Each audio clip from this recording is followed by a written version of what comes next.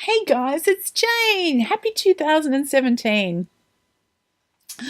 This is about take 11 of me trying to film this video, and everything is in its dog has gone wrong, and the baby is going to wake up any minute now, so we're just going to run on through. I have got 7 books that are coming out in 2017 that I'm really excited about. Let me tell you what they are. January 17th.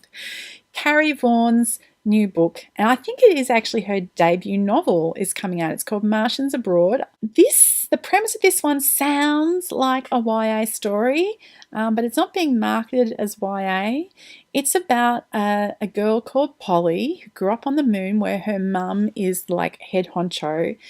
She wants to be a space pilot, but her mum is sending her and her brother, her twin brother, down to some sort of academy on Earth, which she's not very happy about. That's sort of the opening setup for the story. I read a short story of Carrie Vaughn's last year, which was really excellent and has stayed with me. So I really think that this woman can write. February the 7th, Kameron Hurley's new book is coming out.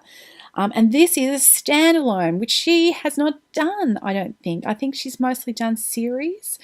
So this one is called The Stars Are Legion. It's set on a generation ship. There's this fleet of generation ships called the Legion, and something's going weirdly wrong with them. And anyway, our main character wakes up with no memory and is being held prisoner by people who say that she's their member of their family and that she has to do something for them. And it all sort of sounds very creepy in a good Kameron Hurley sort of way. So that's exciting. February 13th, Jasper Fforde has his very first standalone book coming out. It's called Early Riser, and it sounds like it's quite different from stuff that he's written before. There was cover art for this. I saw it, but when I went back to the website to get it, it's now gone. So I think it might be in the process of being changed. So there's nothing for me to stick up there. The premise for this one is that the world has changed and that all humans need to undergo a hibernation phase because winters are so cold now. And so everybody goes to sleep for a number of months over winter. Except members of this particular sort of police security force who stay awake throughout this dreamless sleep. But then something goes wrong somewhere, and our main character is a member of the security force. It sounds really intriguing, and Jasper Fforde again is somebody who I know can really write. He's got a million series on the go, unfinished series, but apparently this was a story that came to him and just wouldn't go away. So I'm really looking forward to having a read of that one. Okay, March 21st, Phantom Pains, which is the follow-up to Borderline by Mishell Baker. This one does have cover art. Ding! I can't tell you the premise because it's spoilerific for the end of the first book, but Borderline was one of my favourite books of 2016, so I'm really looking forward to finding out what goes on with our central character and some of the other people. On May 4th, May the 4th! May the 4th be with you! On May the 4th, Robin Hobb's new book is coming out. Assassin's Fate, which is the concluding volume to the Fitz and the Fool trilogy. This trilogy is a continuation of all those Assassins books and the Tawny Man books and stuff that she's written. And I know lots of people have been getting on the Robin Hobb bandwagon, which is a great bandwagon to be on as far as I'm concerned.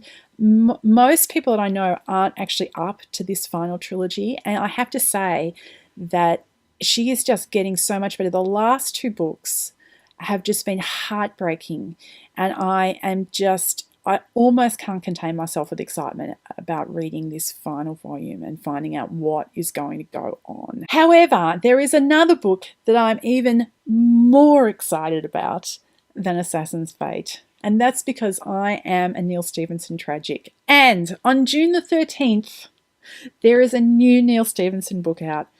Well, there is, but it's a collab. He's actually done quite a lot of collaborative books in the past.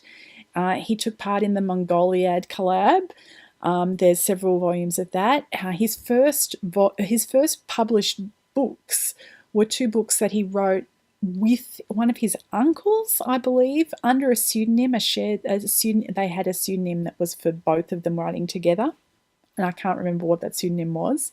There was The Cobweb and something else were those 2 books.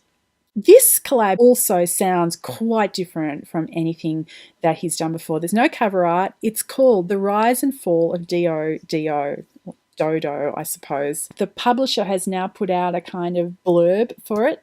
And so I can tell you the beginning of the story is that our 2 main characters, there's a sort of a military operative and a junior academic, a he and a her, meet by chance in the corridors of Harvard University, and then he approaches her later because he has something that he needs translated, and he remembers that she has a particular background in linguistics and whatever.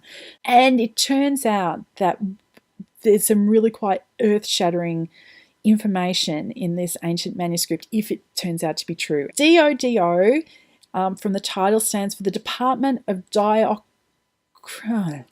Diachronous Operations. It means through time or something.